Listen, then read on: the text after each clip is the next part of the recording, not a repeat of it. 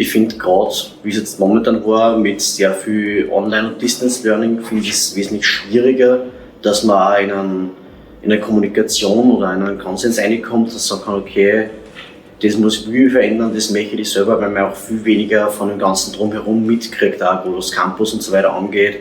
Und weil man auch viel weniger Leute kennt oder schon mal gesehen hat und dann auch nicht weiß, okay, wer ist das jetzt eigentlich, was macht der und für was kann ich mich an den wenden. Also man muss halt einfach mal starten, man muss mal einen Schritt auf Menschen zugehen. Gerade wenn es jetzt auch geht darum, bei der ÖH zu beginnen oder sonst irgendwo zu beginnen. Wenn du mit Menschen nicht sprichst und nicht sagst, so, hey, ich würde gern mehr machen, dann weiß ja niemand davon und dann wird niemand auf dich zugehen und sagen, hey, mach mit. Sondern da muss man schon selbst starten.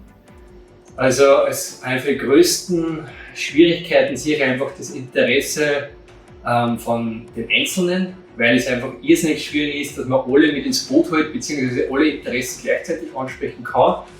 Und da sehe ich als große Herausforderung, damit man quasi für alle Studierenden etwas anbieten kann, damit jeder irgendwie oder jede erreicht wird.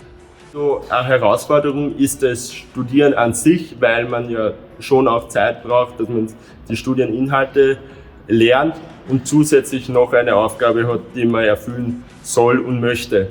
Da ist halt wichtig, dass man ein gutes Time-Management hat und sich auf das Wesentliche konzentriert. Herausforderungen sind vor allem, dass man die Studierenden oft nicht erreichen kann. Also viel mit der Kommunikation bezüglich Mails und weil man schon sehr viele Mails bekommt. Und eine Hürde ist auch vor allem die Prüfungsphasen, weil da nicht recht viel Zeit nebenbei ist, dass man Sachen organisieren kann. Und es ist halt einfach schon ein Mehraufwand, der was neben dem Studium oft nicht schaffbar ist. Jetzt auf das österreichische System bezogen, in der Hochschulvertretung haben wir natürlich Listenwahlen, also Fraktionen, Parteien unter Anführungszeichen. Ich glaube, dass die teilweise ein großer Hämmer sind, weil man da zeitweise einfach nicht dazugehen möchte, aus politischen Gründen oder generell, oder weil man einfach politisch nicht zuordnenbar sein möchte oder sowas in die Richtung. Ich denke, das ist eine Hürde. Sonst sehe ich da nicht so viel. Natürlich, wenn man sagt, man möchte sich hinstellen und was verlangen für die Studierenden oder da in die Richtung was weiterbringen, braucht man ein bisschen Mut dazu. Ja. Aber ich glaube, dass das selten wirklich ein Problem ist, dass man hat was Konstruktives zum Einbringen und man hat auch Lösungen zum Präsentieren, dann